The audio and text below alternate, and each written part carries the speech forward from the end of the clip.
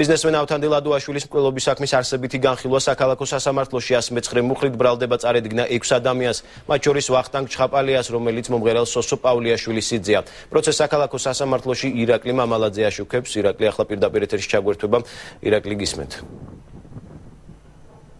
Biznesmen ავთანდილ ადუაშვილის საქმე ხმაურის ფონზე მიმდინარეობდა საქალაქო სასამართლოში. Შემიძლია გითხრათ, რომ ესე იგი 6 პირს აქვს წაყენებული ბრალი ამ საქმესთან დაკავშირებით. აქედან 3 პირს მკვლელობის დაკვეთა ედება ბრალად. ჩვენ ვესაუბრეთ ბრალდების მხარეს, რომელიც ადასტურებს ინფორმაციას, რომ საქმის მასალებში ფიგურირებს სოსო პავლიაშვილი. აქვე გეტყვით იმასაც, რომ მკვლელობის ბრალდებით დაკავებული სოსო პავლიაშვილის ახლო ნათესავი ვახტანგ ჩხაპელია.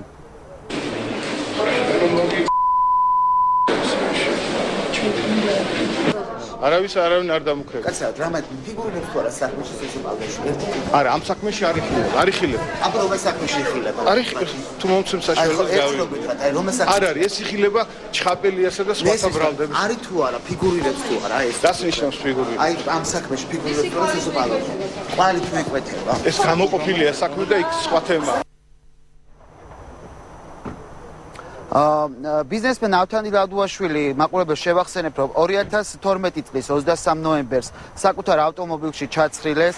ეს ფაქტი მოხდა ეგრეთ წოდებულ სავაჭრო ცენტრ ქარვასლასთან.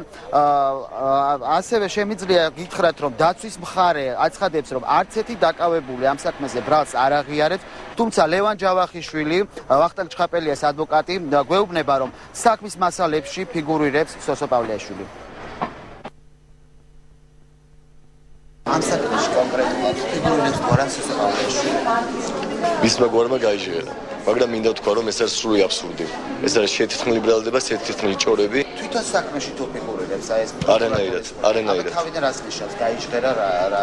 ნუ ზოგიერთი მოწმის, ასე ვთქვათ, ირიბი მოწმის ჩვენებით, სადღაც მისმა გვარმა გაიჟღერა, მაგრამ ეს არ იყო პირდაპირ მტკიცებულება. დაცვის მხარის მოთხოვნით სასამართლო პროცესი გადაიდო.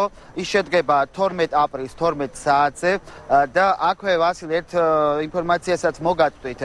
2005 წლის შემდეგ ჩვენს პირველად მოგვეცა საშუალება, რომ გვემუშავა საქალაქო სასამართლოში როგორც შენობის შიგნით, ასევე გარე პერიმეტრზე და მე ულოცავ ყველა ჟურნალისტს, რომ ეს გადაწყვეტილება იქნა მიღებული და ჩვენ მოგვეცა ეს ძალიან მნიშვნელოვანი საშუალება, რომ ვიმუშაოთ დღეიდან ამ ტერიტორიაზე.